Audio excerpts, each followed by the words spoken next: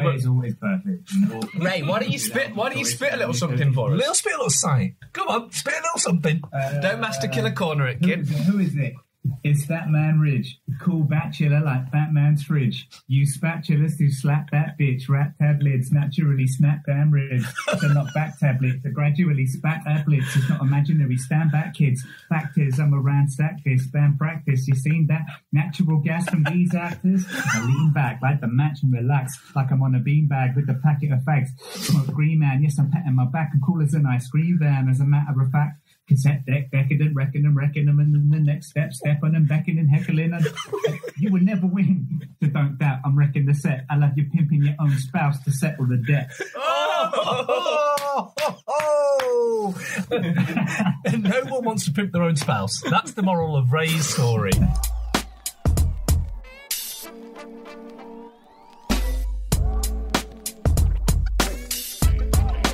Yo, yo, yo. Welcome to another episode of Crate 808. Before we get into the podcast this week, just want to give a little disclaimer again. This is where we were calling the podcast escalator style still, so if we do have a few references to it, please ignore those and carry on enjoying the rest of the debate. Let's get into it and introduce the guests for this episode.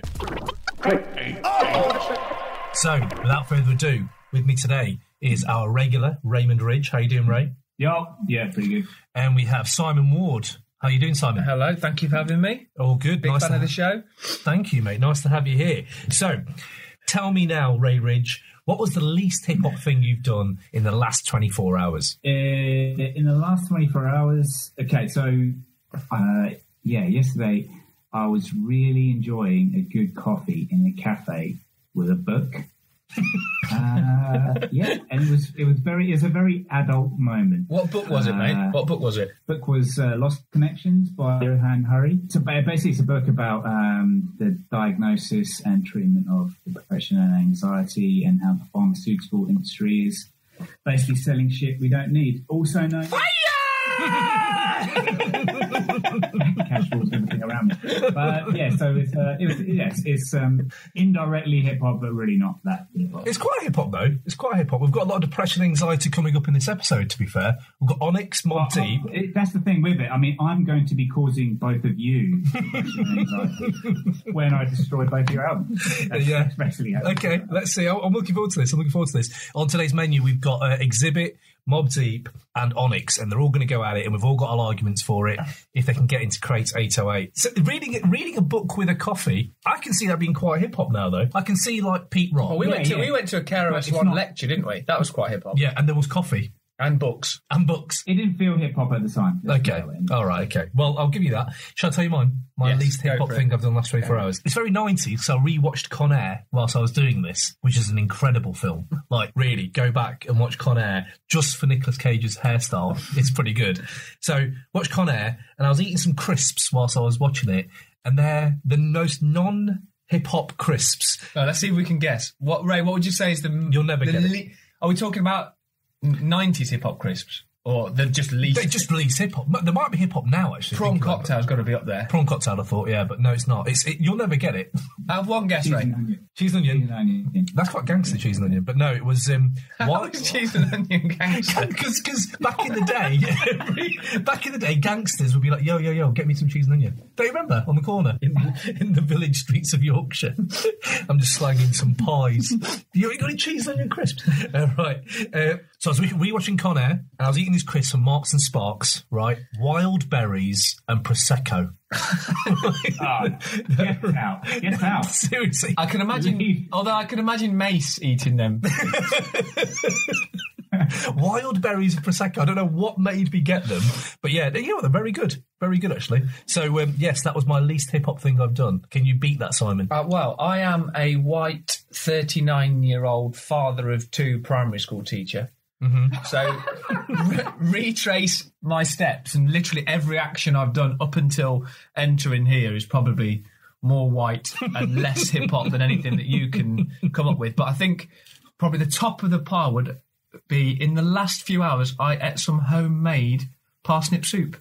That's really good, really good. A lot of this is about eating habits, isn't it? I just realised I said, where there's original on the first episode, now we've got some crisps, parsnip soup. What we should do is a cookbook. We should do like a nice cookbook menu. Or that's it now. No more.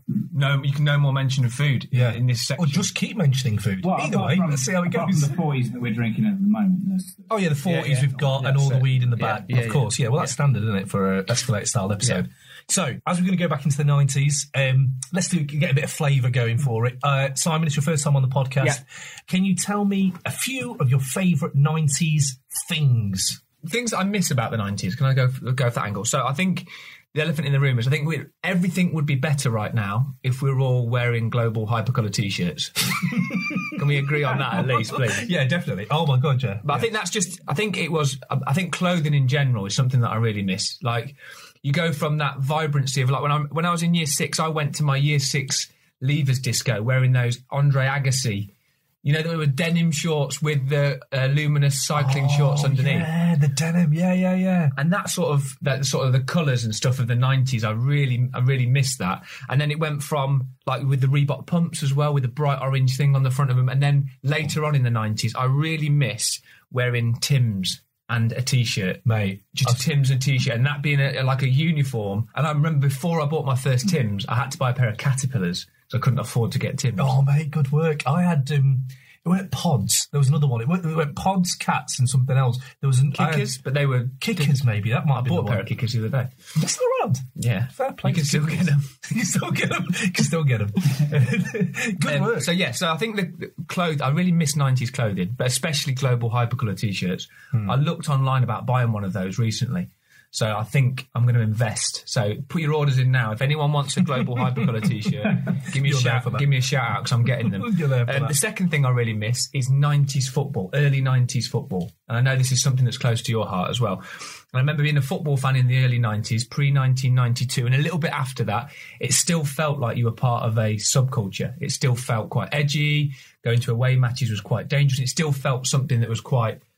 owned by the fans. It probably wasn't at that point, but at my age, it still felt like that. It still felt like you belonged to something, whereas football these days, obviously, that's a different conversation, is very, very different. The third thing that was on my list was how memories used to become myths. Yeah. And being somewhere where you would take part in something with a group of people meant that you shared that memory. And now, with obviously everything being totally documented and pictures and live streaming videos and stuff like that, there's a real element of being lost. And this is something I know Ray's going to talk about Xzibit later, but like, think of times like where we went to see Xzibit at Subterranea, right? That in my mind has become like this almost mythological event. It was like one of the best hip hop gigs that I've been to, and it was absolutely incredible. And if we had videos now looking back of some of the things in my mind, like when he jumped off the stage and we kind of caught him and he was pouring Hennessy in our mouths and all that sort of stuff, that in my mind's like, oh, it's amazing. But if we had like a video of that happening, it would really minimise to what it probably really was. And I really miss that sharing experience with somebody and it becoming like this, say, like a myth in your mind, because everything now is reduced. But it's the same thing. It's the same thing with what you listened to as well back in the day in the 90s. So like, you listen to an album, and if you didn't know much about that album, it's up to your own mind to construct what you think that album's about. So I remember like listening to, I don't know, Dub C. And you listen to Dub C, and I don't know much about Dub C because he's not been in The Source, or he's not been on Westwood, or he's not been in Hip Hop Connection. So therefore, my own idea of Dub C becomes something. Whereas now, Instagram, you can go on there. Yeah, but also what would happen with that, and this is what would happen amongst all of us when we'd listen to music, is you'd pick up tidbits of information from either your mate reading The Source or Double XL or Hip Hop Connection here.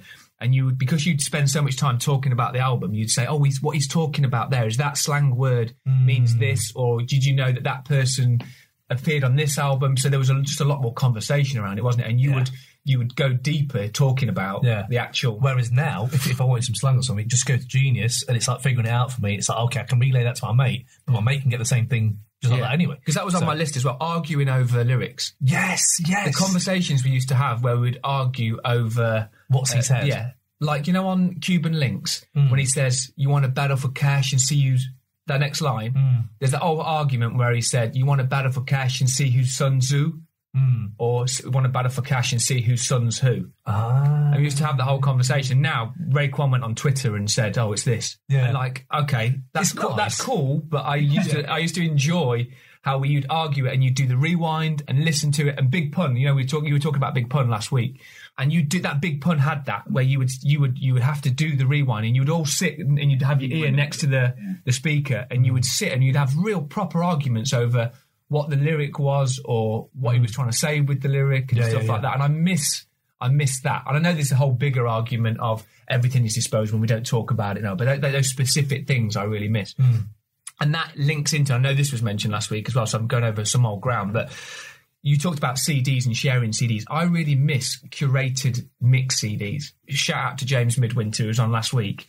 He talked about how, he got into hip-hop through listening to some CDs that we put on and stuff like that. He became my supplier of curated mix CDs. Every couple of weeks, I'd get a brand new curated mix CD in those like the little envelopes you used to have that were like crinkly envelopes, and he would like come and give it to me when we were playing basketball and stuff like that, and we'd play it in the car together on the way to basketball. And even songs that you necessarily today you would skip, you invested the time in it. Jambo says I need to listen to this, so I would sit and listen to it, and then we would listen to it in the car on the way to basketball.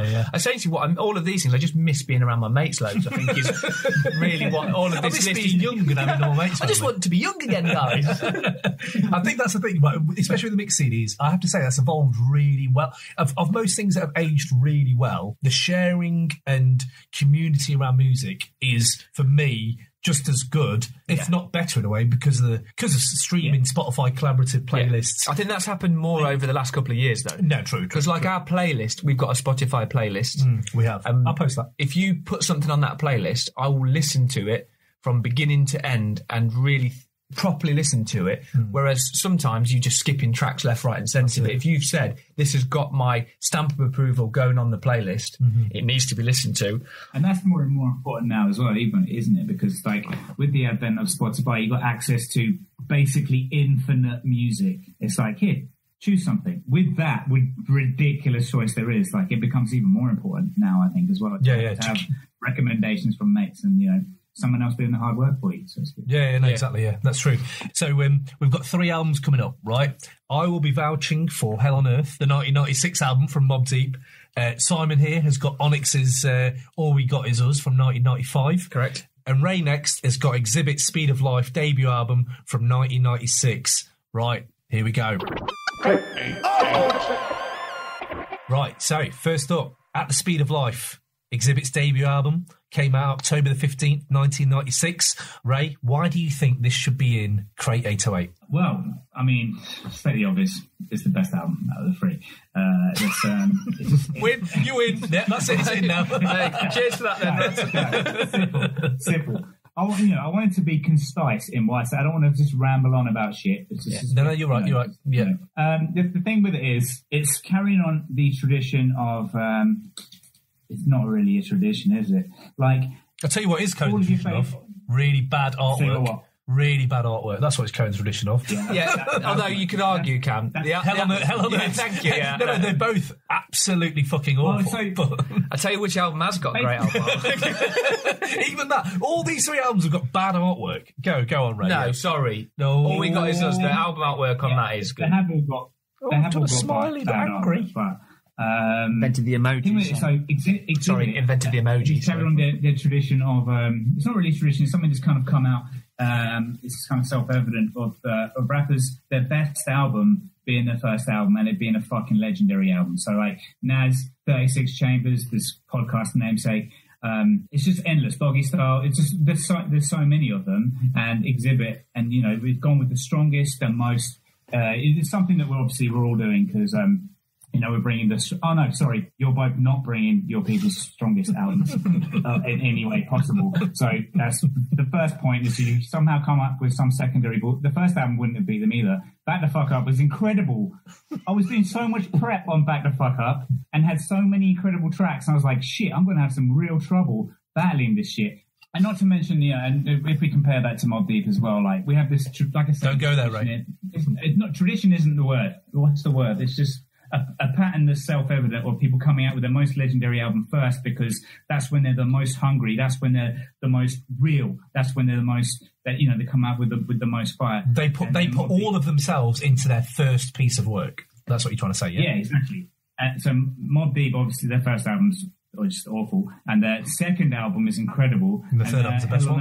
Is just a question mark. Like, why would you even do their best album, the third album? It's weird, right? It's weird that you brought it up. I think that is a good point. If we are switching between things, I think Ray's made a really good point there that Hell on Earth doesn't reinvent anything. No, but this is the thing, right? So to make a classic, you don't need to reinvent the wheel. No, you don't. You need to just make that one thing you're doing better than anything else. And for thug rap, coke rap, that set the bar that not many people reached, if ever, since. Yeah, because it's that low. No. Look, I just thought I'd dangle that. I just, reel that out and dangle it, just see if it caught. And, you both. Yeah, you're right. You went fishing and you caught something. That's just good. Just a little bit angry. Yeah. And then let's just get on to, let's talk about Speed of Life. Keep going, mate. I'll tell you what, Full disclosure. There's some coming. Full disclosure, I love all three of these albums. So just listening to you talk about At the Speed of Life, Ray, I'm like, yeah, I agree. I'm already agreeing with you, so I'm probably the worst person to.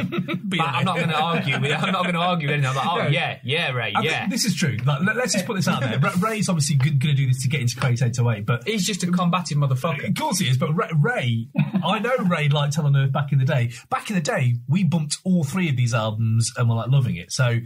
Clearly, it comes from a place of love, but we need to get this down. We need one of these in Crazy 808, and I'm waiting to see what landmines he can avoid with this album. I'm fighting to win. So, so on the previous last week against when I beat Jambo, basically, capital punishment.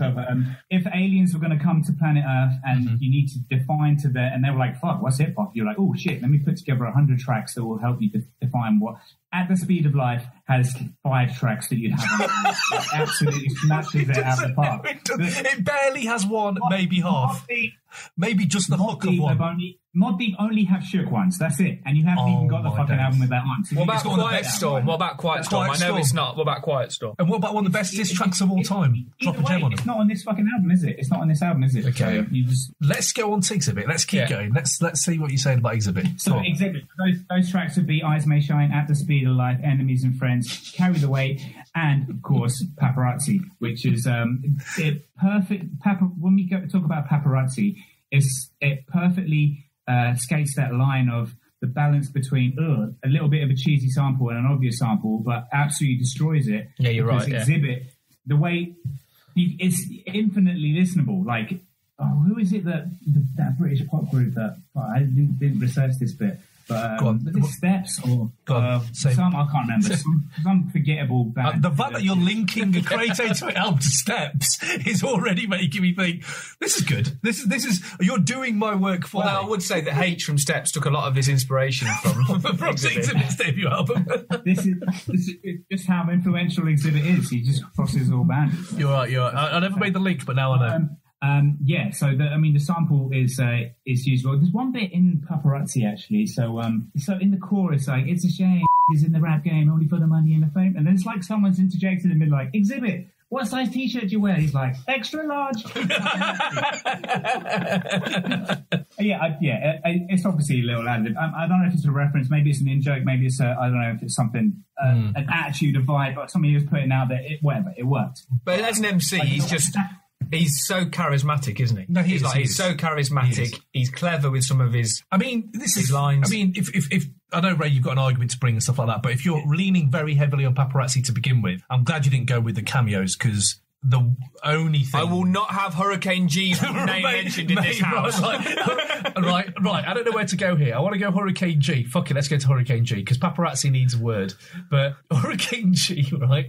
I never thought there'd be a Hall of Fame Master Killer Corner winner in the second episode. Oh no! There's worse. This may now just be named Hurricane G. We can say that with the Master Killer Corner on this album, clearly Hurricane G. Don't put it on the second track as well, mate, isn't it? Right, I'm sorry. Yeah, but it's almost like Xzibit's like, all right, I'll put you on my album, but I'll just get you out of the way early, because the first track absolutely smashes that. No. First of all, no. A long time coming, but we waited. Xzibit went from underrated. The first track's an interlude. The first track's a moronic little boring interlude. interlude. So that's actually the second track. And the third track is when she comes in, and You've Lost Me Now exhibits the point that he brands himself on being like part of the alcoholics and drinking a lot. That's fine. That's all good. Do you remember he drunk drive on his wedding night and he got arrested? He was twice over the limit. So we get it. You're really pissed all the time. It doesn't make for good decisions, because when you're putting on someone like her, Hurricane G, that early on in your album, You've Lost Me. Like, now it's going to take me a lot of time to get to your next track. And that's my problem with this whole album, is the fact that I loved it back in the day. It's so uneven. It goes from absolutely brilliant beats. DJ Muggs is killing it. Again, DJ Muggs needs to be talked more about in our best producer. Yeah, I was thinking exactly the same thing. He is killing it. And you think, yeah, he's still bringing big... His rhymes, they can be insightful, introspective. He's got all this great stuff on this album. And it's all ruined by this uneven, like... He goes into these massive, massive dips of why are you putting your mates on when they're awful. And Hurricane G, I went down the Hurricane G like rabbit hole, going into that. She must have made a good track. I was thinking, yeah, I think she was Eric Sermon's baby mama or something like that. I was like, okay, yeah, so I wanted to check out what she's done. Mate, one, how have you brought an album with her on into this debate? And two, how has she made a living as a rapper? She's awful all the time, constantly. Everyone has done this. Eminem's done that. Tupac's done that. Fucking Biggie's done it. Everyone's brought along shit people with them and put them on incredible classic tracks. Yeah, that's a good point. But not tracks, classic albums. It's a bit like this podcast, isn't it? Yeah. Don't put yourself down. I am the Hurricane G of this podcast. I'm the Outlaws of this podcast. yeah. Which actually brings me to another point. Like, Havoc wants... Tupac obviously hit him up. Even on Hit him up, he addresses the fact that everyone else is shit. He says, you're not even on my level. I'm going to let these... my mates... He does actually. Yeah. You're right. And Mobb Deep's reply to that is on her, and it's complete nonsensical bullshit. Nonsense. It's one of the best diss tracks of all time. It's one of the best diss tracks of all time. Drop a gem on them. You can't even go there. I'm sorry. You can't even go there. Like, I'm sorry, Cam, I need to stop you there, because you can't have a diss track if you don't make it obvious who you're dissing. He does. You got shot up in QB. He's saying you got shot 5 times. I listened to it like 3 times. I'm like, sorry, is this in code? No, it clearly is. They even said, do you want to drop... They are shook. No. Mobb Deep are actually shook. And they refuse to say that this is a diss track to Tupac. No, but like, you don't need to do that. I don't think you need to do that at all. I think a diss track can be completely about the actual man. You don't have to name him. Why? And the fact is, you're saying they're shook.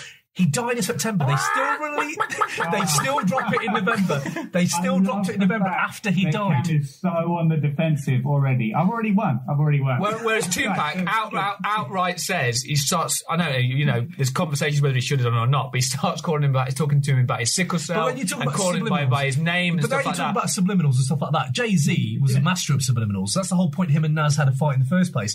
So you're saying Jay-Z's diss tracks were shit? Well, they're not. Grasping at straws. Look at that. Oh, he's scrambling. Not at all. He's on the road. Not at all. You're just commenting that you've won because Mobb Deep's got a bad diss track. It's a brilliant track, but it lacks bottle. I think a diss track, you've got to make it clear who you're going at, and you've got to put it out there. I think he makes it. If you don't know it's about Pac, then you don't really know what's happening in hip hop. Listen to his verses about how he's saying you got shot up in QB. I've got the whole New York State coming after you. But they say that on every single track. No, they don't. That's the point. Listen to that Hell on Earth, and they actually go at Pac for what he's done and going in the block that he got shot up in. Oh, Ray, they're typically talking Ray, about we've just one of his pillars of his argument. We've just destroyed it, mate. By the way, my pillar was nothing to do with battle rap. It was nothing to do with battle raps. I can't wait to hear what your rest of your argument. I can't wait to hear the rest of your argument for Xzibit, because the fact that you're only focusing on Mobb, it makes it already clear that you have nothing to say about this album that's any good. So in all of the 100 tracks in hip-hop, 5 are at the speed of life. That's already your argument's screwed. By the 3rd podcast episode, you're going to have none left. That's 5%. It's 5%. Yeah, but Ray, that is how good this album is. But this is getting quite shouty. It's very Onyx. This is getting very Onyx. So let's get to. We're getting very shouty. Subtle diss. It's subliminal, but I named them. But I named them, so it's a great diss.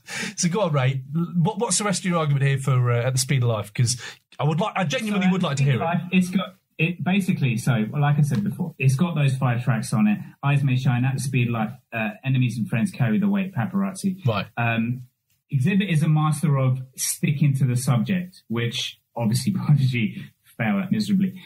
Prodigy again, veering off to Mobb, but I like it. Keep going. I'll try to do this. Just kind of just talk about how good this album is instead of trying to like say what. So the foundation, Xzibit talks about, it's all about advice to his son. Carry the Weight is a full story. Enemies and Friends is about Enemies and Friends, a way to live life, advice and how to stay real and get shit done. He's got some, some real classic lines in there as well about handle your business, don't let your business handle you. And in the foundation, he's got that. So it's like classic advice, that, isn't it? Exact same time, which is it's a sick line. It's classic. Classic. I always say that to Abe before he leaves to school in the morning. Handle your business for Say, one rule for life, Abe, as you head off today. Yeah, handle your business. Don't let your business handle you. Handle you. Really bemused for you. Okay, yeah. Right. So it's weird. It's like Xzibit is almost subtly talking about Mobb Deep in this. It's like, all I can say, they did attract and you, didn't I can feel it as a child growing up. That was real, niggas that was scared as fuck, which was obviously Mobb Deep when they were talking about two scared to mention. Have you heard the Eyes May Shine remix with Mobb? That's a real hidden gem, by the way. If you want to check that out. Yeah, Eyes May Shine. No, I haven't. Because Eyes May Shine is a dope track off this album. I really like that track. Yeah, go on, check that out. I think just to jump in, I think one of the things that is really interesting about the album is obviously he's a West Coast, in inverted commas, West Coast MC, but it's a very East Coast sounding album in a lot of ways. I mean, you've got Diamond D producing on there and stuff like that. I think that really adds to it in the sense that you've got this, and you say that it varies and there's not a consistency about it, but I think that's one of its strengths in a way, that it is quite mixed. But that's interesting you say that. You know what I thought about this album is the fact that it had Diamond D, had all the, and Muggs obviously West Coast. I thought what it did really well was capture a different West Coast sound. So I don't think it went east that much, but obviously it's interesting that you're saying that it did. What I thought it did really well was fuse something that, so this came out in mid-90s. I got into this at uni because you pretty much used to bump it quite a lot at uni, Ray. So that was like late 90s. And the whole thing I found about that was good about it is the fact that you've made it a different West Coast sound to your usual G-Funk, which was just everywhere on the radio. And you fused it with this really interesting backpacker philosophy in a way. So it's like, there's not much talk about weed on there. It's all about alcohol, which is already quite different because everyone used to talk about smoking weed. And then the other thing was like, he has these introspective lyrics about the foundation to this day is one of the best dad rap tracks. Like, I love that track. Like the way he's talking about his son. This is his first album as well. You think, Jesus, he's actually bringing like a lot of, morality principles. Yeah, I think he was quite a older MC at that point, though, wasn't he? How old was he when it came out? I'm not even sure. He must have been like his early 20s. There's a maturity to it. Definitely, yeah. Then that's the word, maturity. He had made a cool $500,000 before he got a record deal as well. Yeah, that's the thing, right? So you talk about maturity on this. One thing I want to bring up with Onyx in a bit is the fact that, do you think that Onyx were really pandering to the immature audience because of the way the whole look and the way their whole sound was very much gained for people who just want to go buck in a mosh pit? And it's almost like, are you pandering now to immature audiences? No, I think maybe what you're saying the argument you could bring the argument for back the fuck up, but not all we got is us. That's a good point. But I was thinking Onyx as a whole. Like Onyx, I'm interested to see how much of their meetings before they made the album. Yeah, I think one of my arguments will be that some of what you said post and pre this album, there was an element of that. Mm-hmm. I think this, in terms of what we've got is us, and we'll talk about it when we come on to it, but I think this is the perfect balance of them not doing that. But anyway, okay, no, that's a good point. But like, so with this, that's what I really enjoyed about the fusion of what he's done here. It's very backpacker. It's not gangster. For me, it's quite backpacker, this whole album for me. Exactly. I mean, he's even brought that in one of his rhymes. So there was a time when it was all about beats and rhymes, but nowadays the blind just follow the blind, which, again, it's another really appropriate line because, like, the blind being both of you with your album choices. But, but I mean, he's got lines. So that's another thing in terms of, I'd say Xzibit is one of the most underrated rappers because I would agree with that. He's got lines, definitely. Yeah, I'll give you that. He's got lines and he's always concise and, it's easy to hit. It's easy to understand what he's saying. It's not jumbled. It's not trying to fit too many syllables in. He doesn't try to fit which is Onyx's thing into a line. With Onyx. It's just, It's concise and to the point. He's got tracks that are actually about stuff. He's got hooks that make sense. And sometimes he doesn't even bother with the hook. It's just like at the speed of life, it's like, shit is moving, at the speed of light, and then just lets the music do the work. He does that again on the foundation as well, just the foundation. Boom. Do you know one thing? The one thing I have with that him letting the music do the work. You know, the skits. Some of them beats are actually really nice beats, and he doesn't rap over them, and that winds me up a little bit. And it's like, oh, you've just used this as an instrumental, and it'd be nice to actually have you spit over this sometimes on this album. Like the skits, they're not great. I don't like skits generally, unless they're doing something. Like DMX brings good skits. Like this one just had good instrumentals. Like Mrs. Crabtree. Motherfucker. Exactly, right? That's what I'm saying, that kind of thing. And Mickey, that kind of thing. But, like, what I'm saying on Mr. Crabtree is just nonsense. It's like, doesn't need to be... Again, going back to the whole fact that this could be a 10-track solid classic album, but he's got, what I would say, at least, like, plastic surgery is just so bad. Like, what is that doing on this album? Hurricane G, we don't want to go back into the Hurricane G thing, but... On this podcast, we like to have our Master Killer Corner that we alluded to earlier, which is like, do you have like, Master Killer Corner comes from, if you didn't hear the first episode, is from when I first ever heard Triumph, and it got to Master Killer's verse, and I was so let down because I was so hyped up by everything else. Like he does on every single Wu track, you mean? Right, exactly. Right. So it's this kind of thing where you think, oh my God, he's just letting me down again and again. It doesn't have to, Master Killer Corner doesn't have to be that. It can just be absolute utter dog shit. And I think, I don't know, Ray, your Master Killer Corner for this album, what are you saying? Like, it has to be Hurricane G, right? It has to be. Of course, yeah. It goes without saying, because she's just fucking awful. And she's off the beat, and she's slightly just... The voice, the whiny voice, and just all of it is just... There's one track on here, Ray, right? Like, you know, she comes in on the third track, so you're like, oh my God, now I have to like kind of just kind of suck it up and keep going to the next track, banger, next track, banger. Then Paparazzi, okay, probably the thing it's all built around, yeah, okay, sorted. And then she comes back in at the intro of the track, where she goes, hey, in the background, it's like, hurricane. And you're like, oh no, she's back. And it's like a cheese grater where you're like, oh no, she's back. I thought she'd gone, and she's back again. A cheese grater on what? On my earlobe, on my ear hole. Just like a cheese grater. but yeah, no. But Ray, can I just bring up one point I need to make here? We all obviously on this album. You know, my issue with Xzibit has been his fraudulent behaviour when you're talking about paparazzi. And this used to really get me back in the day. Now I'm a bit older and a little bit like, I can't be as fussed with it kind of thing. But anyone who's rapping about like paparazzi being the cornerstone of his career at this point, right?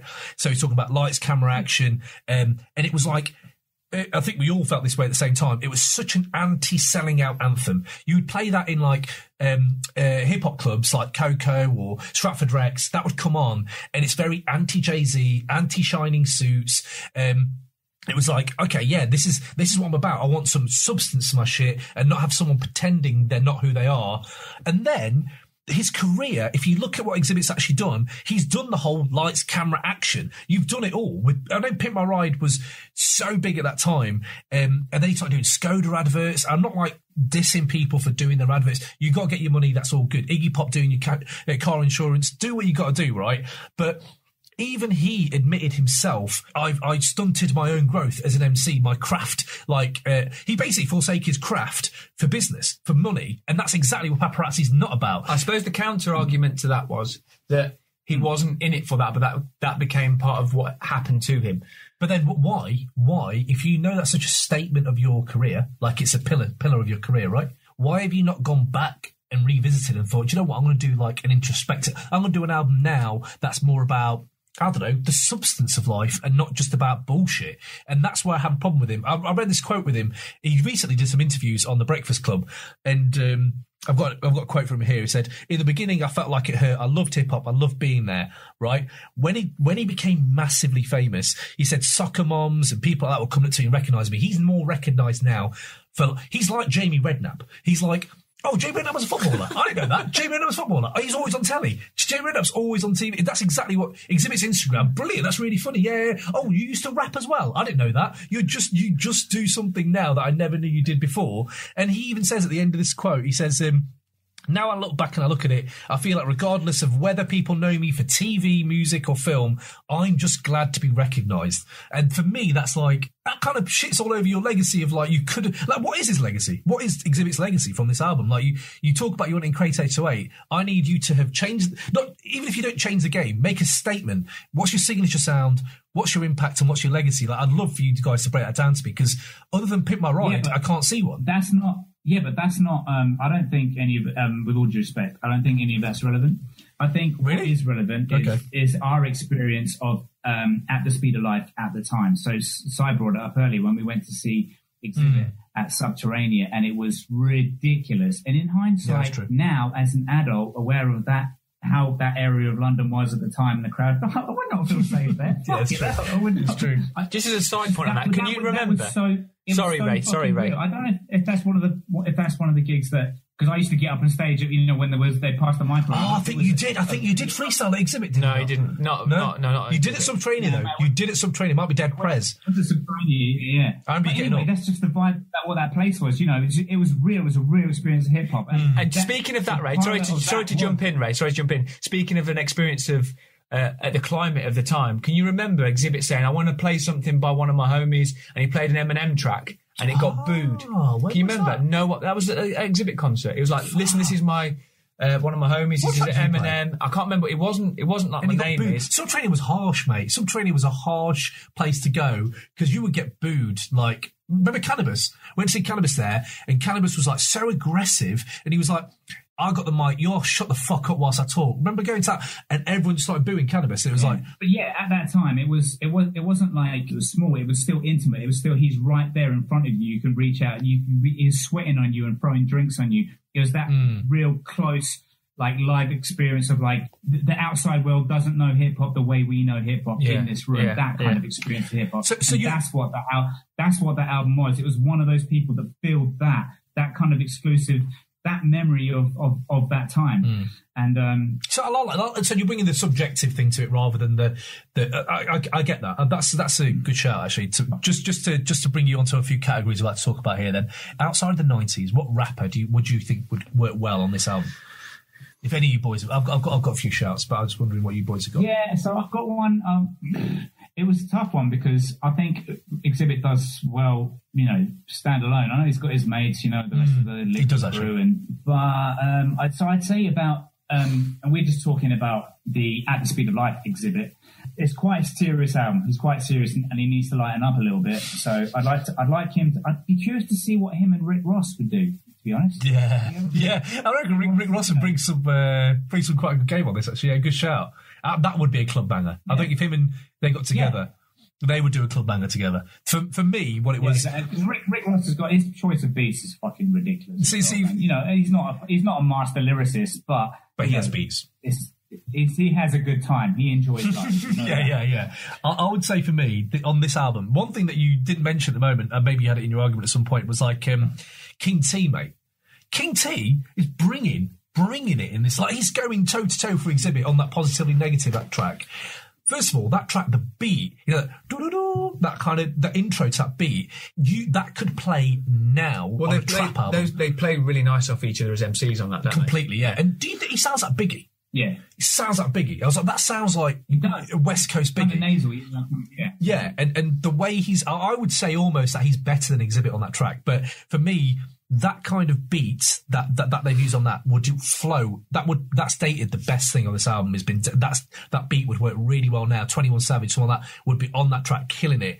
I would say because of that now, I don't know if you've heard YG. YG on this track would be amazing. 3 of them together. So my rapper outside the 90s would be YG on this track. I really enjoy that track. Do you know what? Of all the tracks I've rinsed after listening to this album 6-7 times for this podcast, that one I keep going back to all the time. What about you, Si? For me, it's Eyes. In terms of tracks, Eyes May Shine. Yeah. In terms of that is. Yeah. I know you mentioned it before, Ray, but that is. Yeah. And everyone talks about Paparazzi. I think my problem with this, and a little bit with the Hell on Earth, in a different context, is the production on the album. And Paparazzi is the cornerstone of the whole album. You try and find a version of Paparazzi where the production levels are right. I know, even if you listen to it on Spotify, you bump Paparazzi on any kind of larger sound system, and it just crinkles and crumples, and there's something went on with that song, and I don't know what it is. But the production throughout the whole of the album is there's really strange things they've done in terms of sample levels not quite working and things like that. It's quite independent, isn't it? It doesn't feel like someone, a proper engineer, has had a go at it. Yeah. That's what the sequencing and everything. Yeah. When you listen to it, there's something which is kind of nice, but it's also like a bit off. Yeah, and I think that's one of my arguments with Hell on Earth, which may be one of your positive arguments for it, is that I've got problems with the production on. That's interesting, because one of my heavy hitters on that is the production wins hands down, because it's so crisp and next back snapping today, and it shows Havoc as someone who's going to go on to make so many good beats. But we should get onto that in a minute. Yeah. Ray, what do you think's dated the worst of this album? It's hard to distract. I know we've already covered Hurricane G, but it's Hurricane G again. It's just the worst thing. It's just the worst thing on this album. Like the moment you release that album, it sounds dated and it sounds awful. It just sounds. Yeah. It's just I don't know. Maybe dated is not even the right word for it, but it's just on every aspect. I couldn't get away from the Hurricane G tracks because it's just uncomfortable. Because the rest of it, I think, holds up. Yeah, I mean, you can say potentially that Paparazzi maybe is dated because of the format, but it's also a sample from a track that's timeless. You know, people will sample that forever as well. I would say the message of Paparazzi is definitely dated the worst. If you're looking at like Paparazzi dating at any point, I think its message has. Because remember at that time it was all I'm not on my own here, right? Like, remember when we went to see Talib Kweli and he says, "Do any of you guys like Jay-Z?" And everyone booed, and he was like. And he's like, "Y'all motherfuckers don't know what you're talking about. Jay-Z can run rings around anyone." And at that time, we were so anti-selling out, or anti-talking about bling. And maybe it was just us, but I remember that was a movement in hip-hop at that time. Right, yeah. Now, that is not there anymore. That movement, it just isn't. Everyone sells. It's not even selling out now. It's just the norm. Like, you all do adverts. You all talk about bling. You all talk about, like, even J. Cole talks about, like, stuff where he sells. Well, can I bring the Mobb Deep line to that? Go on. Fuck rap. I'm trying to make cream, and that's that. That's that, yeah. That's what I'm talking about. So there is an element to it. Well, obviously, Jay-Z, man, that's how his whole career has been, hasn't it? So, right, okay. So, Ray, I want you to make your final argument for At the Speed of Life to be in Crate 808. I'm going to give you 30 seconds. Go. Well, so Xzibit is disciplined. He sticks to a subject. He's concise, but not overcomplicated with his rhyming, like, endless other MCs. He's got 5 tracks to carry that beautiful, irresistible head nod ability that they'd be on the 100 tracks you play to an alien. And one thing I haven't covered up till now, #1 voice in hip hop. Game over. Oh, he's wrong. Really wrong, but fair play. Rakim's got the #1 voice. Name one better. Name one better. No. Rakim, CL Smooth. Rakim's number 2. Rakim, CL Smooth. I think we've heard Method Man. We've heard #1 today. Mr. 3 Degrees in the motherfucking house. Say what? I was going to say Method Man. How are you sleeping on Method Man? Anyway, right. So next up, we're going to have Onyx.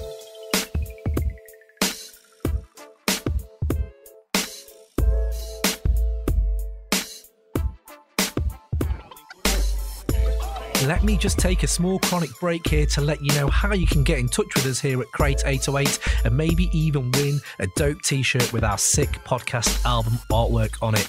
We'd love it if you were to get onto iTunes and rate and review this podcast, but in a rap form. So we're calling it the Crate 808 Rap Review, and we want you to drop some bars on there reviewing the show, and we'll pick out a winner who gets a free Crate 808 t-shirt. So get rap reviewing, and if you want to get in touch with us generally, hit us up with an email to crate808@gmail.com or Twitter @crate808, or peep our stream of 90s hip-hop content on our Instagram @crate_808. Alternatively, you can use #crate808 to give us a shout. Now, back to the show.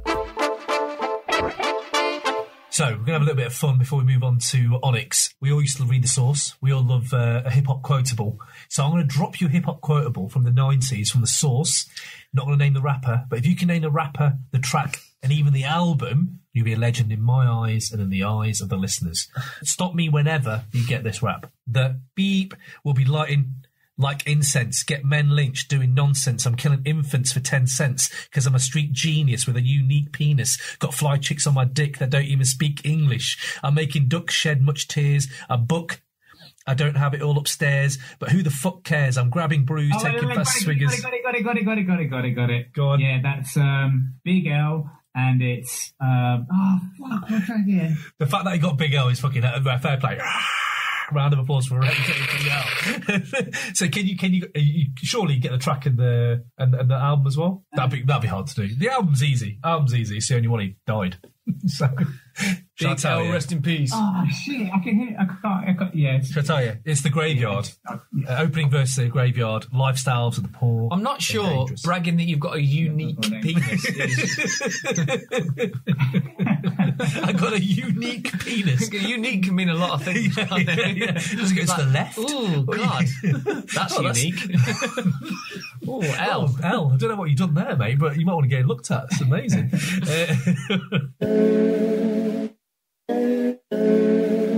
So, Onyx, All We Got Is Us, 1995 album. Simon Ward, why do you think this merits to be in Crate 808? So, the Onyx do what nobody else does, and they capture it perfectly on this album, more so than anything else they've ever done.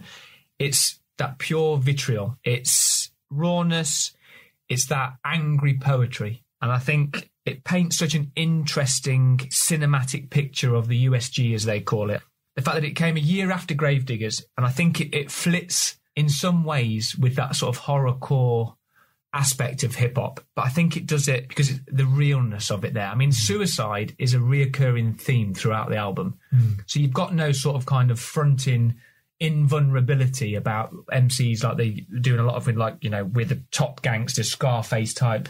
There is a real sort of desperation in the voice. I think it comes through a lot, especially with Fredro and Sticky. There's kind of a rawness and almost a vulnerability in their anger, which I think it's painful to listen to in some way, but really interesting to listen to.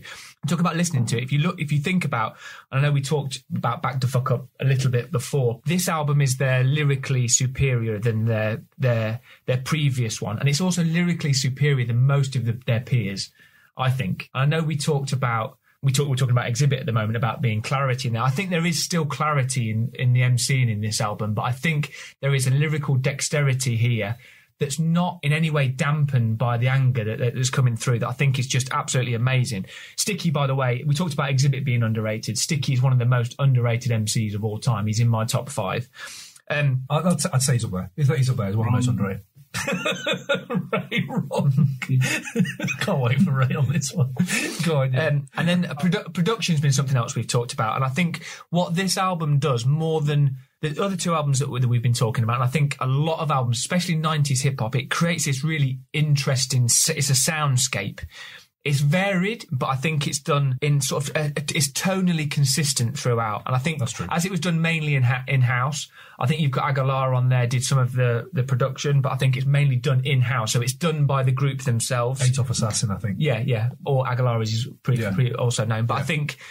I think Fredro took most of the reins on the production. And think about this in terms of context, right? They were signed to Def Jam. They had their Back to Fuck Up, what was it, 500,000 sold? So it went gold, right? So they're signed to Def Jam. They must be going through that whole kind of pressure of, we need radio-friendly hits. It's totally undiluted throughout the whole of the album. And even the stuff that doesn't really hit on there, it stays true to the core of what they were trying to achieve here.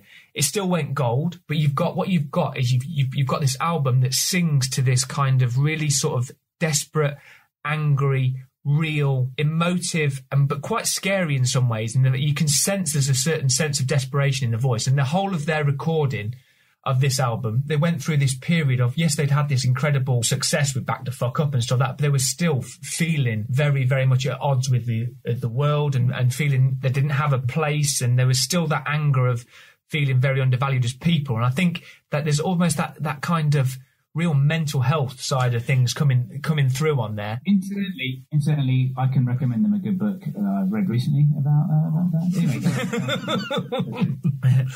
Anyway, just jumping on mental health, just to jump in. I don't want to take it from your argument, but like that's one thing about this album, right? Is the fact that you know the block, and everyone talks about the block, and you can have like gangsters and storytellers and pimps and all this.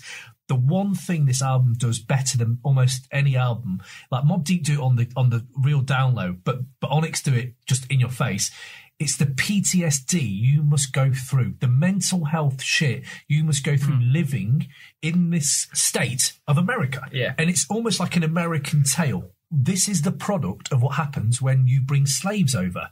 And hundreds of years down the line, you have impoverished young men who are trying to make a statement.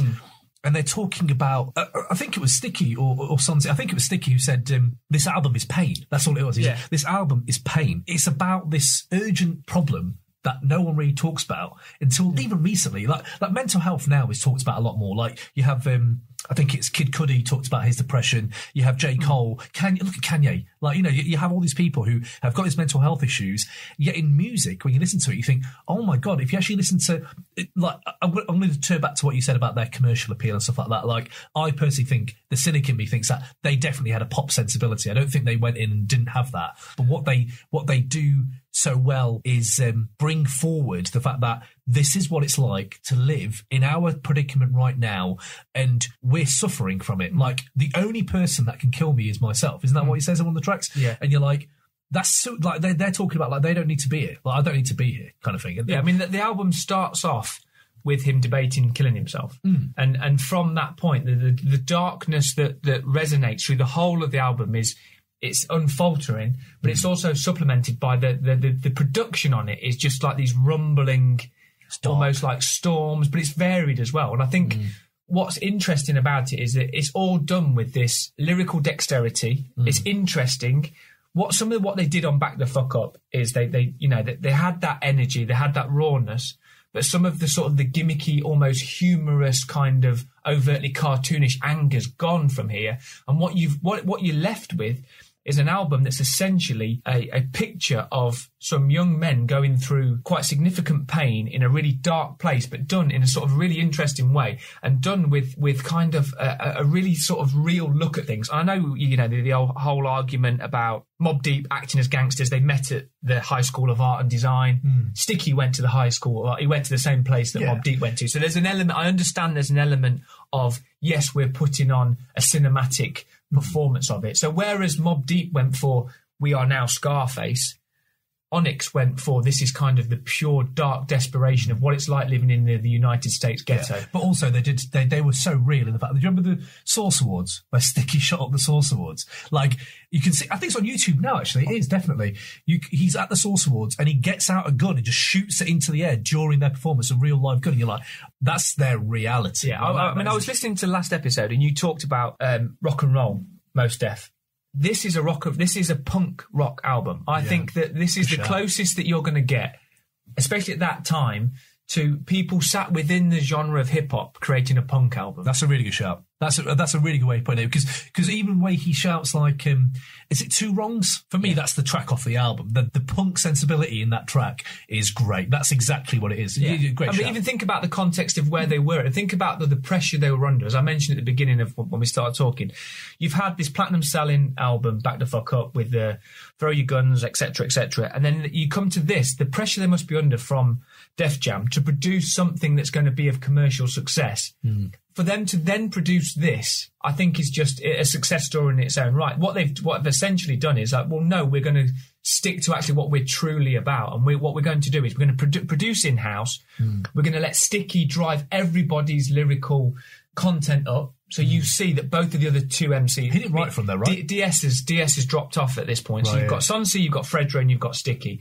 All three of them step up their game. I don't think he wrote for them, but you can hear it in their voices that what they're trying to do. I mean, Sticky was the last one to join the group, if I'm right. Yeah, he was, yeah. And what they're doing now, you see that they went on to produce some really good stuff afterwards. I mean, I like Raise It Up and Shut Them Down and all that sort of stuff, but what you've got here is a really a perfect slice of a group functioning in sort of its purest, rawest form, but still producing stuff that's really, really interesting to listening to. You have none of that stuff that we talked about on previous albums. You've got you've got a couple of tracks here that we can probably lose, and we'll talk. I would say it has least worst tracks. Like At the Speed of Life has quite a few bad tracks, I would say. Yeah. This one has got some bad tracks, but the cohesiveness is there more for me. But what I would say is, just to link into that, I read a quote at the time, and it said, "This is by no means perfect, but a product this unholy should be kept that way.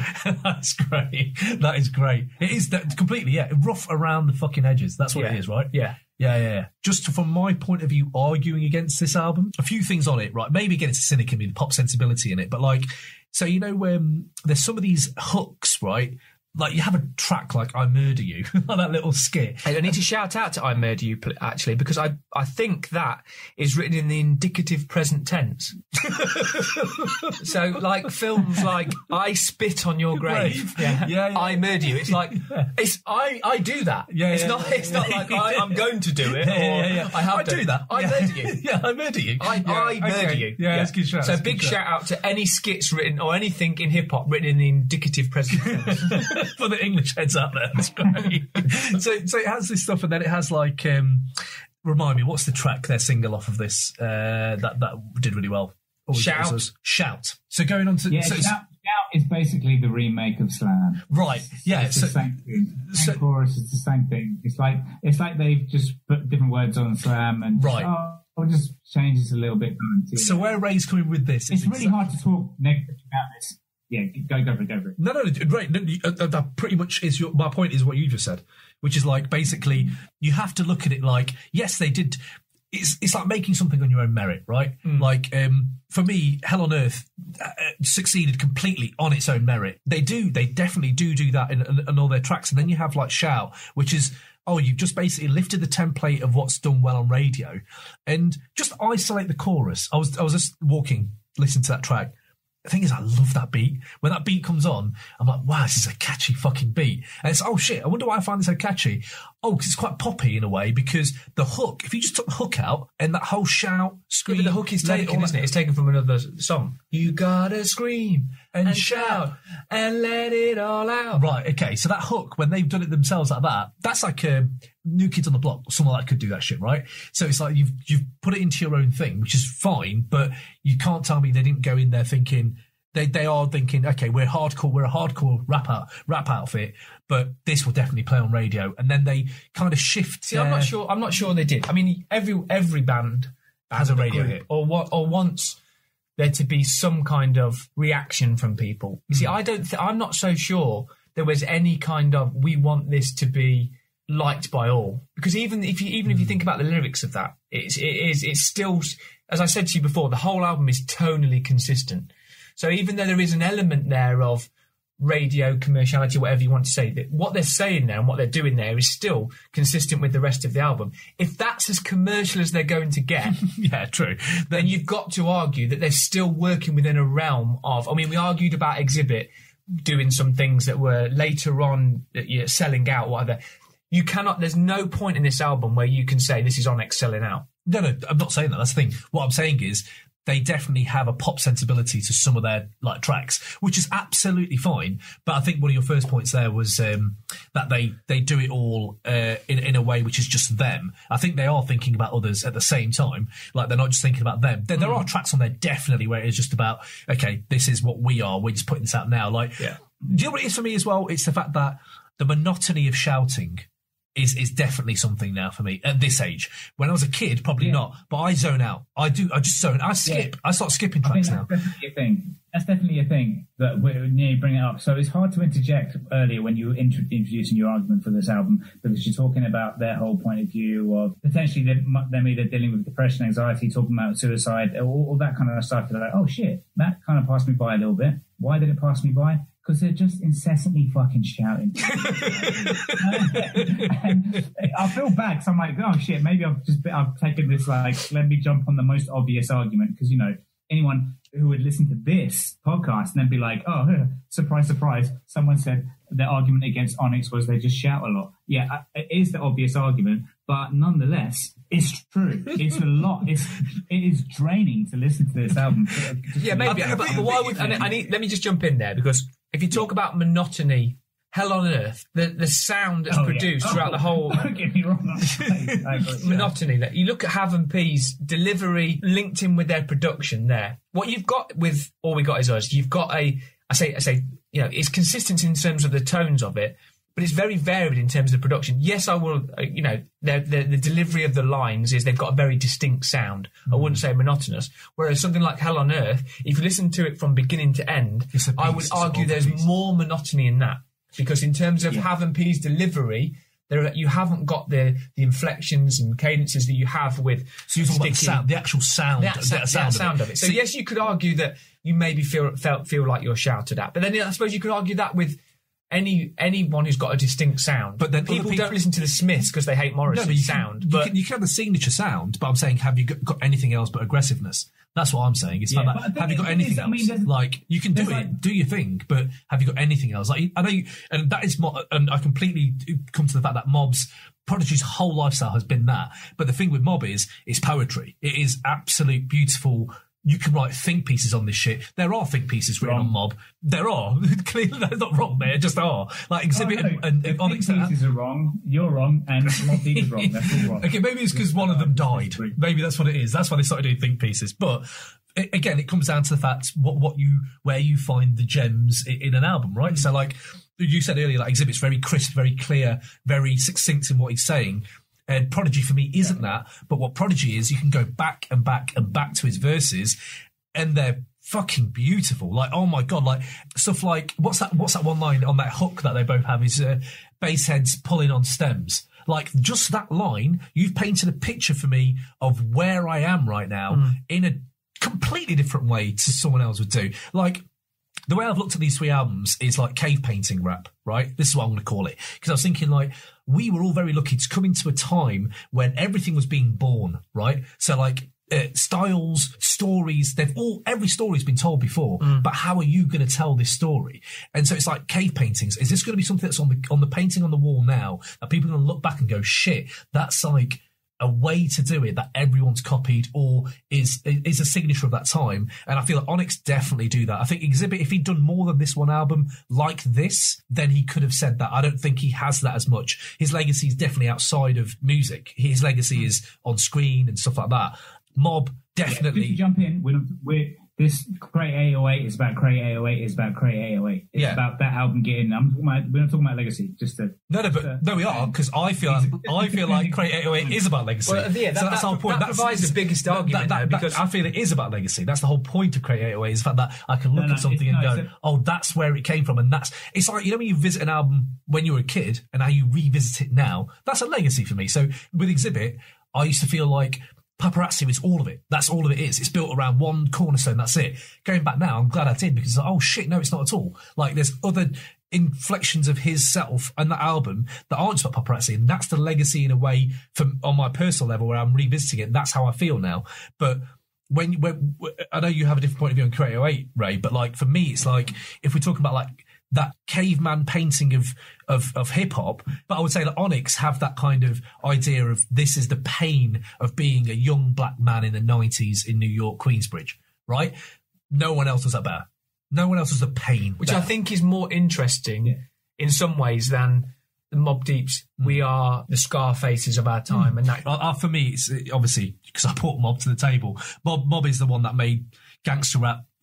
It's always been dark, it's always been sinister, NWA, all that, but it's never been beautiful. And that's the thing, like, Wu Gambinos, they had this beautiful part of it, that's fair, but like, Mobb made it a different thing for me, where NWA was brash, loud, in your face, and Mobb isn't that. It's creeping on the down low, it's fucking sinister. It's what Prodigy, remember when we went to see Prodigy, Ray? We saw Prodigy at this East London record label launch, and he personified exactly what his raps are, slouched in his chair, not giving a shit, just like jaded as fuck. And that's the whole, well, Shook, what's the line of Shook Ones? There's a war going on outside, nobody is safe from. That's a jaded motherfucker right there. I know it's not on Hell on Earth, but I'm just saying that's where they're coming from. I don't think either of them believe it. This is them being Scarface. No, whereas I genuinely think Fredro Starr, Sticky and Sonsi have got some kind of mental health issues going on collectively.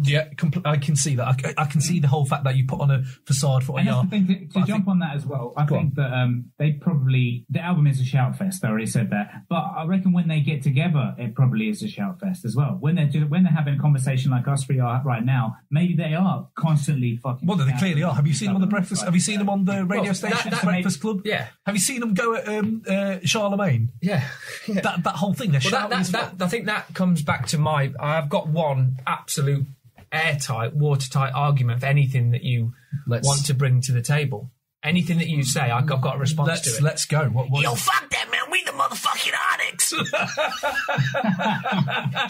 Bring a point up. Just say anything. I think they. Yo, fuck that, man. We the motherfucking Onyx.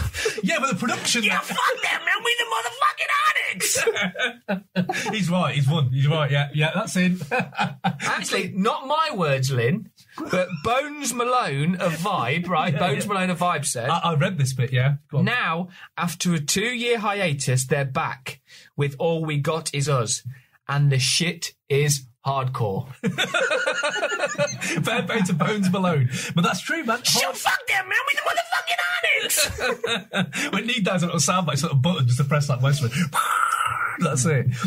So what do you think's aged the worst on this album then? So, I think we can all live without punk motherfuckers. Oh my god. And ghetto mentality. I think we can live without that. Oh my god, punk motherfuckers is so bad, yeah. Go on, mate, yeah, go on. No, what is aged the worst? And this is scowling. As the whitest bitch in the room, I think it's hard to bring this up, but I think there's some really reductive comments around race on the album. As, white male patriarchy 101, it's probably not for me to comment on, but, Sticky's verse on Purse Snatchers, which also I think comes to my... possibly to my Master Killer corner. I thought this was very clever at 16, but his whole, he birth was my invitation, death will be my initiation. Now I just got probation, so wish me congratulations, but I'm under investigation for psychic evaluation, facing incarceration and in isolation over the colour discrimination. So I need the participation for the Caucasian assassination. Right, and then at the time, I think that was really, really clever, but now it feels a bit gimmicky and it feels a bit outside of... It's the way he says that. And it's just with we're going to rhyme everything with Sean. I know the other MCs do it on the track as well, but it feels a little bit gimmicky. So I think that's partly... Well, if we're going to do Master Killer Corner on this as well, Greg Valentine and Jay Mega's verses on Ghetto Mentality as well. It comes back to, it's the Hurricane G moment. It's like, what Greg, yeah. Come on in. Come on, Greg. Come on, Greg Valentine. Jay Mega, you want to spit something as well? We've just got this really incredible, cinematic, as I say, angry sounding. You want to come and spit a little something on this? But anyway, I think... It's true. Someone needs to stop these motherfuckers getting on sometimes. It's like, what the fuck, man? Yeah, but I think that verse, it seemed really clever at the time, let's do loads of shins, but I think... And that line in there, I mean, there's a whole lot of lines about killing white people and all that sort of stuff in there, which I say I'm not the person to comment on it at all from the position that I'm coming from. But I think these days, I don't think it's aged. I don't think it's aged that well. NAACP called them. If someone has to, you can't just be, and maybe that's part of the problem is that it's said with this expectation that no one can talk about it. And I'll say even back then though, it was like, look, like I'm going to put all that responsibility on you. Thank you, Richard. You say, thank you very much. Thank you for saying it. I remember thinking, I mean, there's a line in there, if there's a fight between an N and a white, if the N don't win, we all jump in. And I just remember listening, thinking, oh, God. That's not a fair fight, is it? That's not what we've grown up with. But this is the thing. Like, I think even back then, they did have this kind of like, the NAACP did say to them, they're a disgrace to blacks. Like, even they've gone too far. I think they fucking love that shit. Yeah, but I suppose the counter-argument is, fuck that, man, we the motherfucking Onyx! Rappers outside the 90s on this album. Struggled with this one. Freddie Gibbs. Yeah. Freddie Gibbs is what came to mind. I had Freddie Gibbs for Hell on Earth. You know who I thought would do really well? Denzel Curry. Yeah, Denzel Curry, I thought possibly. Have you heard much of Flatbush Zombies? Because there's a guy in there called Michi Darko, right? I had to look up his name because his voice He's, like, Sticky is definitely a precursor for Eminem, and then I would say Michi is definitely another one in that lineage. Yeah. Listen to him, you think that he's definitely listened to Sticky. Yeah, M loves Sticky. Yeah, I can see that. You can completely see it, right? Tech 9 was someone else who came. Tech 9, yeah. Technically might be 90s, I think. Yeah. Was he on the anthem? Yeah, I think it was 90s. Yeah. One thing that I was thinking, because I came up with Tech 9 as well, but I also was thinking who did you have? Benny Paz from Jedi Mind Tricks as well. Oh, but yeah. Again, what about demigods, Ray? Do you not want to bring demigods? This is the perfect moment. Bring demigods up. We haven't brought them up yet. I thought that might be coming up. They're 90s. They're 90s as well. Yeah, that's the only. They've been going that long and they've been that slept on that, I want the demigod clacks. That's why you think to bring it up. But demigods! But what I would say is throwing back to last week. Going back to last week, you were talking about the Predator last week. Mm-hmm. A Predator era cube verse on this album would work. Oh, different. Yeah, definitely different. I'm trying to see how it would. He'd have to open the track. He'd have to open the track. I like it when Ray says "yeah" and means no. He's just about to say something. He goes, "Yeah." Go on, Ray. What do you mean? Shut the fuck up, Ray. I'm just trying to visualize it. Go on, Ray. What are you saying? Why? What's your yes no?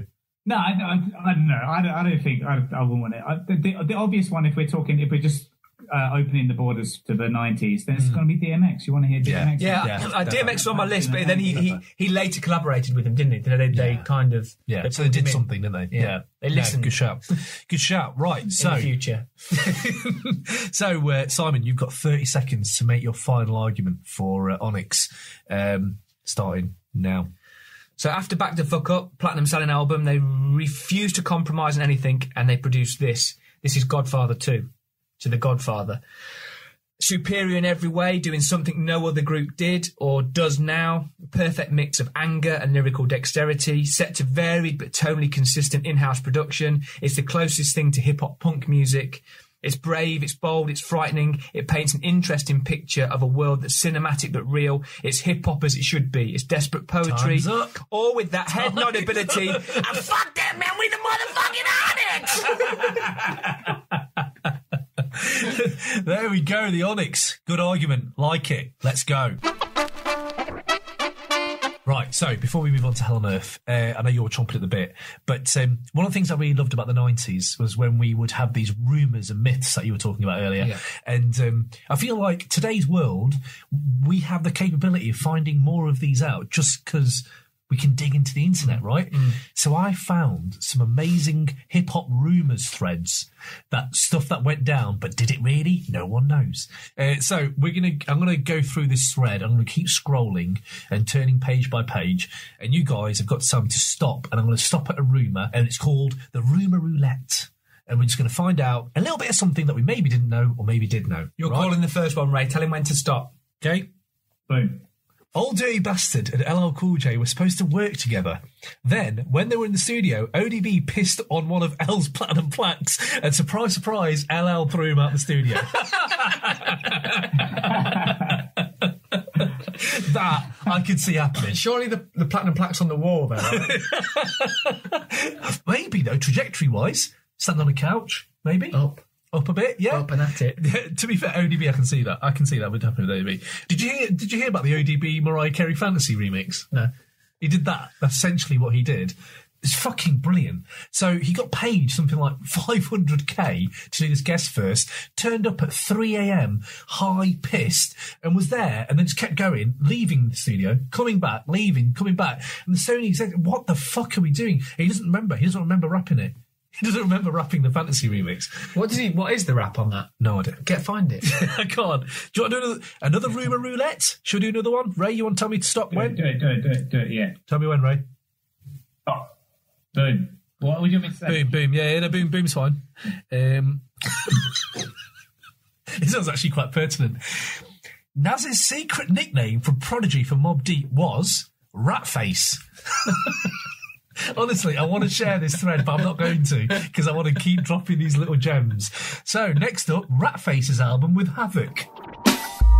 So, up next, Hell on Earth, November 19, 1996. A stacked year, by the way. I don't think we've really took home how stacked 96 was. When there's albums like All Eyes on Me, Machiavelli, The Score, Reasonable Doubt, It Was Written, Iron Man, Stakes is High, Infamous has come out, Mobb have had their run of like Shook Ones being, I think we'd all agree, probably the hardest track of all time, probably in hip hop, right? I'd have thought the Shook Ones. It's used to this day. People still bang on about it. Hey, I've got an interesting point I've only just thought of. Shook Ones used in 8 Mile. You know the other big track that's used in 8 Mile? Onyx. Dun dun, South Suicide Queens. Yeah. Watch which on that, you know, one of the biggest hip hop films of all time. Which track off At the Speed of Life was used on that?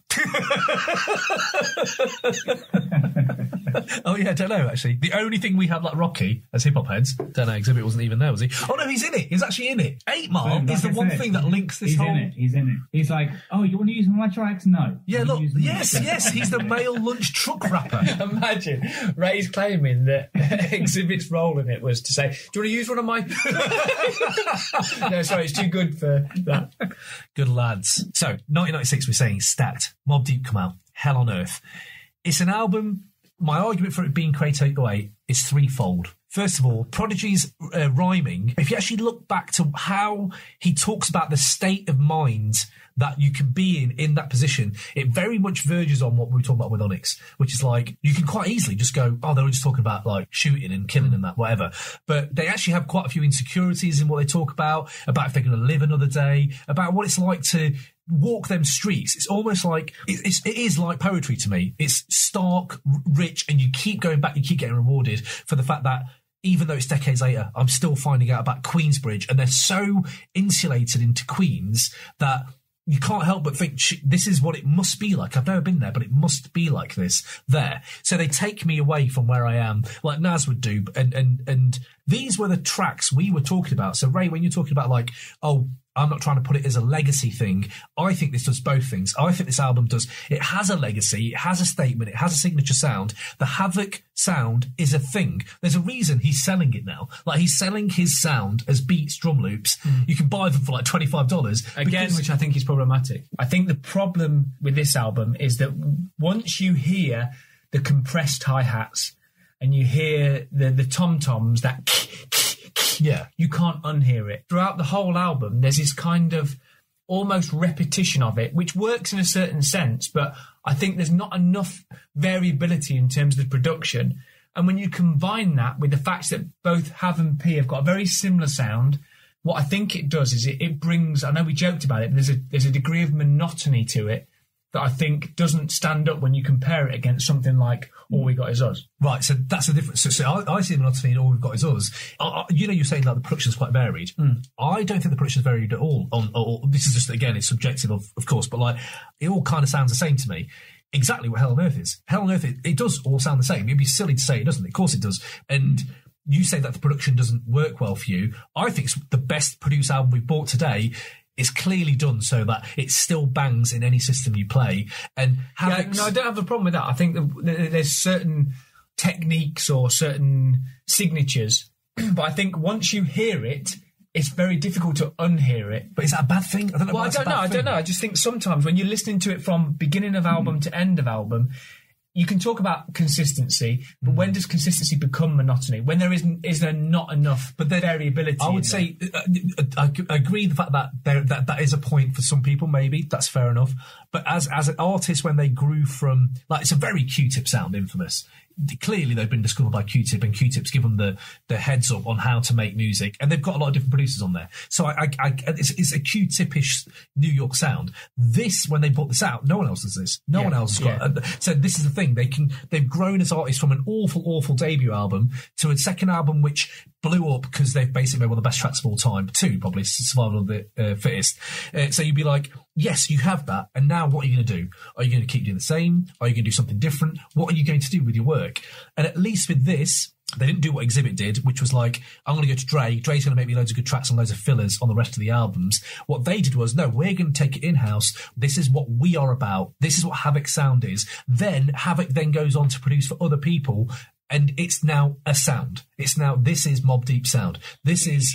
I can agree with that. They are being true to themselves. They are doing this. They are creating the sound, etc. But this album on its own, the strongest point is the beats, and they're not amazing. They're all right. There was a couple of them like, oh yeah, this really, it's got a proper head nod ability about it, and you know, definitely that moment when you're walking down the street and you're like, oh yeah, that, and then Prodigy or Havoc starts talking, and it just ruins it. Basically, they're not what you said before about the beautiful poetry about life in Queensbridge or Queens, wherever it's from. I'm just like, it's just samey, and there's no discipline in the rhyming. In the sense that they'll rhyme the first 3 lines, and the third line, when you're expecting the rhyme, it'll just be something else. And but I like that. I like the way they break that up, but not in an unexpected. Oh, look, they're doing something different. They're keeping you on your toes, and it's just like no. They are though. No, it comes across as just lack of discipline. No, I don't think you can get in their head and say what they are doing. But you can. But from my perspective, what I'm hearing, because it's not calculated, it's not dropped in such a way that like where the rhyme is just unexpected, then they come back on the 6th line with the way. So you're looking at it as a technical piece of work. Or people would do it the unexpected rhyme patterns. It's just chaos. That's true. From the technical wordsmithery of it all, I don't know how to write rhymes. You obviously write rhymes, but from a listener's point of view, what they've done is you have the lyrical gymnastics of Big L and Big Pun and Biggie to a point. Sticky. And Sticky as well. Sticky does that, right? So he has that. But one thing with Sticky is he has an aesthetic. He has an aesthetic of like being Xzibit as well. but like what with Prodigy does, I think with Prodigy he does it in a way that, again, no one else does it his way. You're saying it's really off-putting where he has like it just moves on. I think that works really well because you keep going back and it's for me. No one else. I've said it before for this argument is no one else paints that picture your cornea lack that crime life like. You could just say, you could say, I can see in your face you ain't got it. No, your cornea lack that crime life. That kind of thing. Or like, I'm going to chop you up like grade 8 meat something delicious. Like, I still use grade 8 meat something delicious in Nando's. Oh, that's some grade 8 meat something delicious. No one, it reminds me very, very much of Woo. Saying about their lines, the one what I will give you about the lines, yeah, every now and again he does drop a fucking gem, but it's not deliberate. It's accidental. I don't think that's true. He drops something, and you're like, oh shit, and it'll become something that will become in popular, vernacular. But it's accidental. He's just 90% nonsense. And if you're just putting out nonsense, that's a massive leap for me. That's a massive. What's that line about giving 100 monkeys a load of typewriters? They're going to say something. 100 typewriters. This is very delicate racial connotation. The fact that you've called Prodigy a monkey is a little bit. It is a valid metaphor. People have, you know what? Give 100 Mobb Deeps 100 mics. They'll drop. And one of them will mention Tupac in a disc.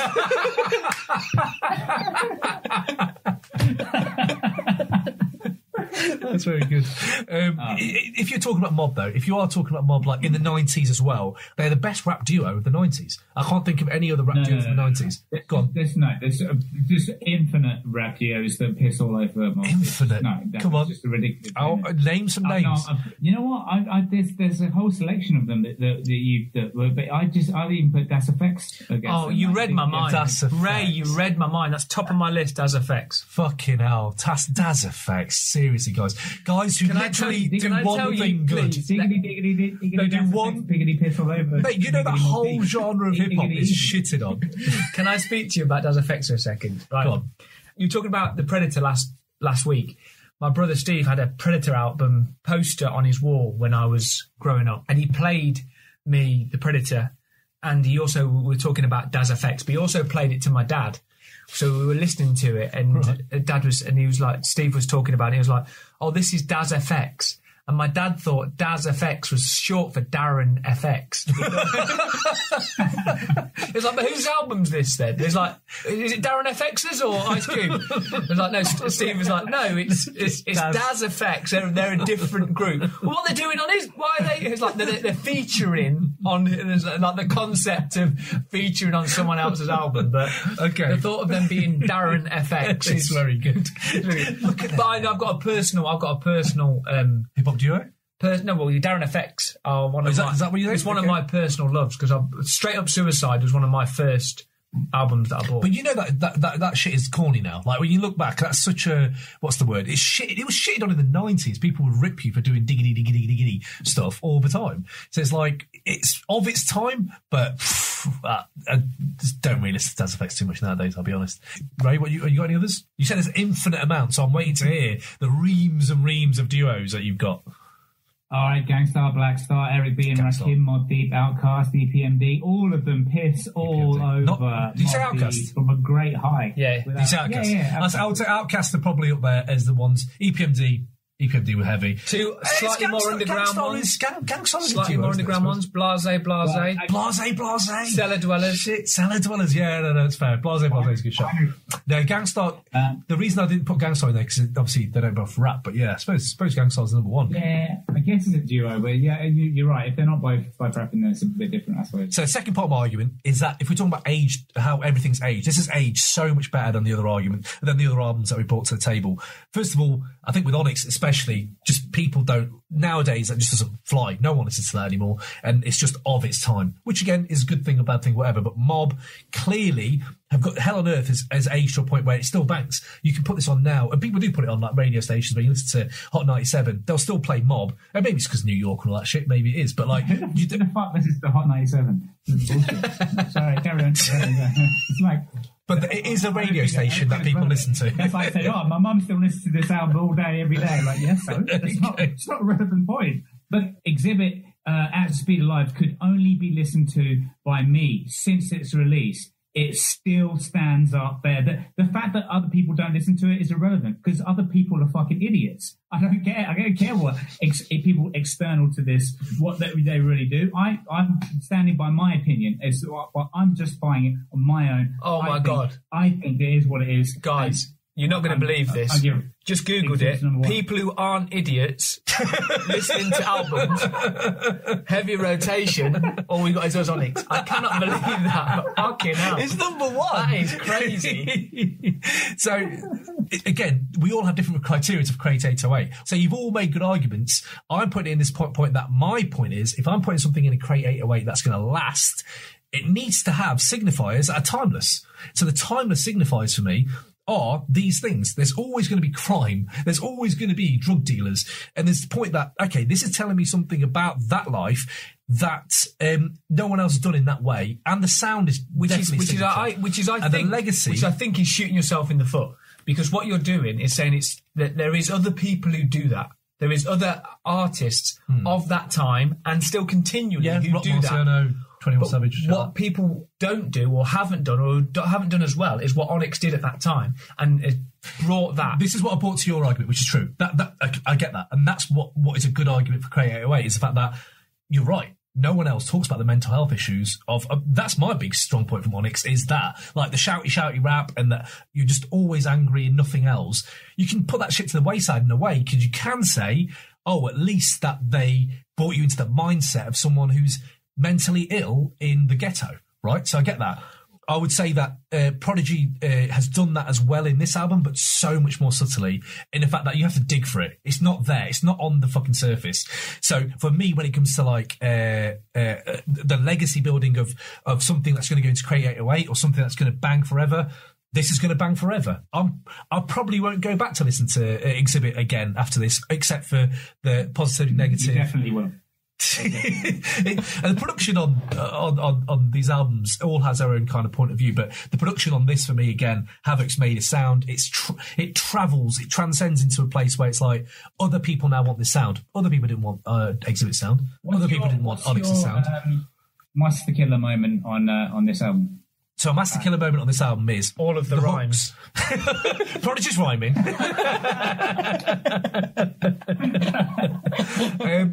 But I would say hooks are not good. The man down hook is bad. But I think the biggest thing that got me when I was doing my digging, it's an extension of the album, basically. So Prodigy fucking love beef, like Jay-Z and the Summer Jam and shit like that. So there's always beef going on, right? And on Infamous, there's a skit where he talks about rappers talking about space. I don't know if you remember this skit on Infamous. Yeah.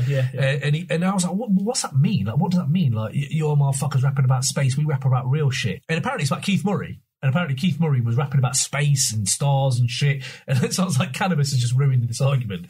But like, I like that idea of it, and it brought me back to something I watched on. Do you remember the Beef DVDs? Do you remember them DVDs? Yeah. It was like there was loads of old footage of like backstage or like in the studio, and there's one interview they have with Mobb Deep and Nas.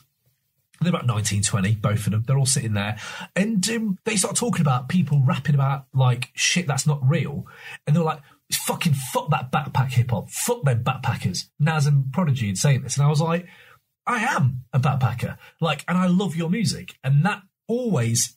You felt a little bit like me when Sticky was threatening to jump in and stamp on my head, didn't you? Yeah, a little bit like that. And it's like, I don't know why it reminds me again of a time, hip hop is very rich in its subcultures now, like, not subcultures, but like, it's very rich in its different variants now.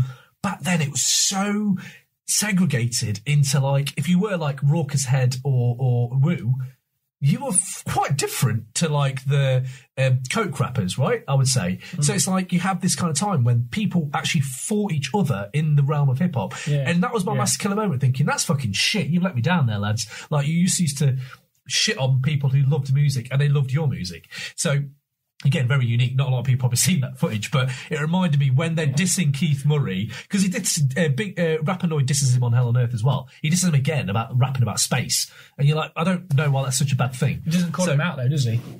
No, he doesn't know. No, yeah, I would love to know if anyone has any good. Listen. There's ain't no such thing as halfway crooks. They said it. They did say it. If anyone's got any good disses that don't actually name the rapper they're dissing, please send them in. But Age the Worst. No one else does it. It's only Mobb Deep that ironically shook. So shook they can't even name them. I've got a Master Killer moment about this. Okay, go on, yeah. So a big highlight of one of the tracks is Meth being on it and Nas. Sorry, did I say tracks? Big highlight of the album is Meth being on it. Basically, the Master Killer moment is all of Prodigy and Havoc's raps on the entire album, and that's how far above Meth and Nas stand out above everything else. Just the beats are good. I'll give you the beats. The beats, they're banging, and they're clean and they're well produced, but just not feeling the raps. Not feeling the raps. Ray's not. Dribble. Where are you on? Inverted commas, poetry that you call it. Yes. Yeah, I mean, what's your age worst thing? What would you say? I don't stand exactly in the same camp as Ray, but I definitely see where he's coming from. I think your opening point about you can pull this apart and there's poetry in there, I think that's retrospective bullshit. I think what they were trying to do was create coke, crime, rap that was, we are Tony Montanas of this shit, like the performance in Scarface, which is, you know, his performance in Scarface is totally ridiculous. It's cartoonish. Over the top. And that's what they were trying to do. And I don't think there was any underlying, we're trying to deliver some kind of metaphorical message or we're trying to do anything interesting lyrically. And I think that stands. And I like what they're doing. You're right, it still bangs. The production is still great. However, you need someone like Xzibit or someone like a different MC on top of it that has got that variability in terms of their charismatic approach to it. So I think both Hav and P have got too much of a... it's insulated, isn't it? It's a very insulated album in the fact that it's of the top in their area. Yeah. It's very Queens. They've not got any diversity of, I'm going to get something a little bit different on here. Yeah. They've very much done it their way. And in terms of subject matter and in terms of everything, it is. There's also that degree of we're still the untouchable mob.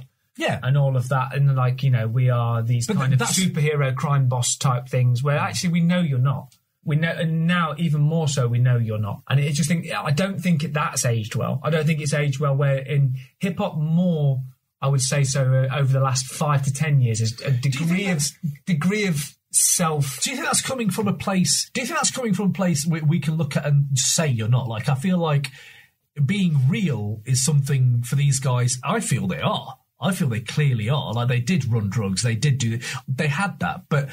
I don't know what your reasoning is for why they're not real. Like, I feel like... No, I don't think they're not real, but I think they were very consciously trying to create we are the Scarface, Tony Montana of rap.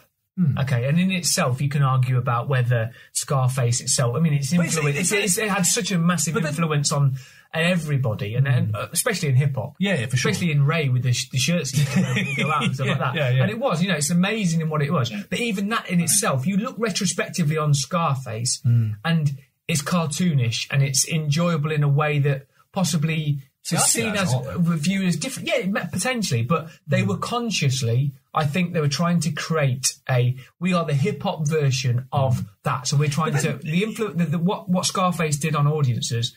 I think Mobb Deep consciously tried to say we are going to actively try and create that. They even used the Giorgio Moroder. Exactly, and that was consistent throughout all of their albums. Yeah, they brought out. True, no, completely. That was their brand. Let's just put it that way, right? Yeah.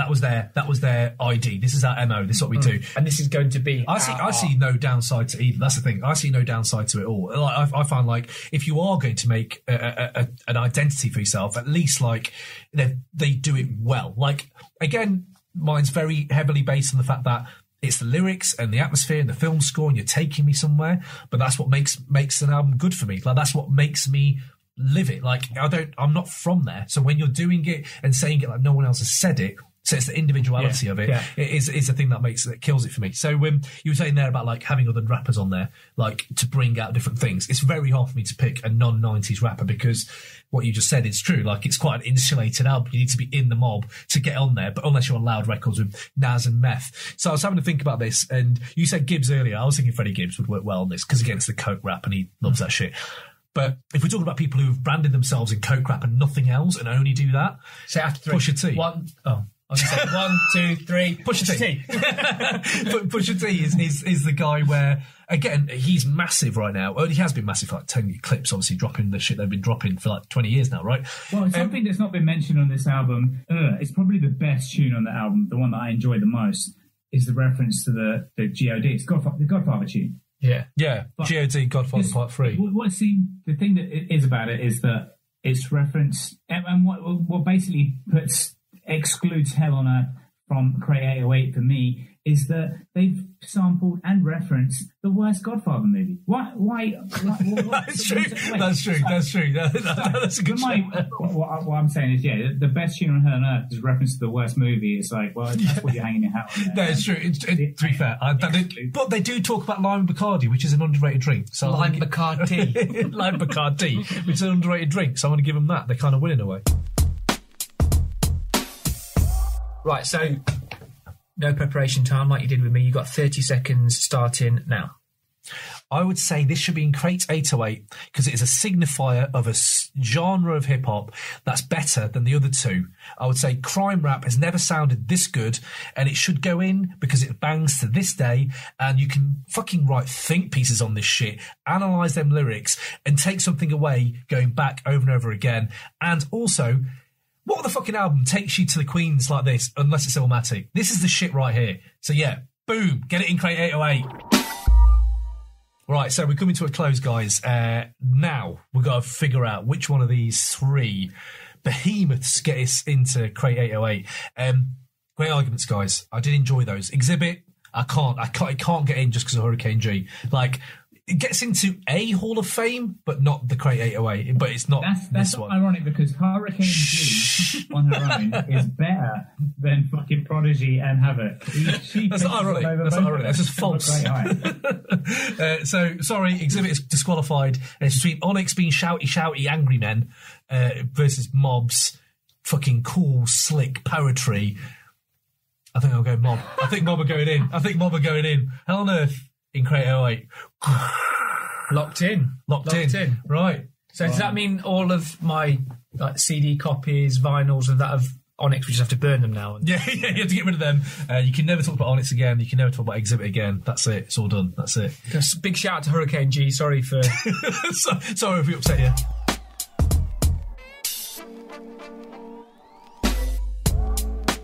Well, here we are, the end of another Crate 808 episode. We hope you all enjoyed the debate, and hopefully now you'll be interested enough to subscribe, because in the future we've got some brilliant guests coming on, and we've also got more album debates. So if you want to get in touch with us regarding anything from Master Killer moments to hip-hop trivia or albums you'd like us to feature or review, please hit us up with an email to crate808@gmail.com, or catch us on Twitter at crate808, or peep our Instagram at crate_808, or you can just use hashtag Crate 808 generally to give us a shout. So a big shout out to Grindhouse Music for providing the sick beats again on this show, and big love to all the people who are showing us love at the moment in the podcast sphere.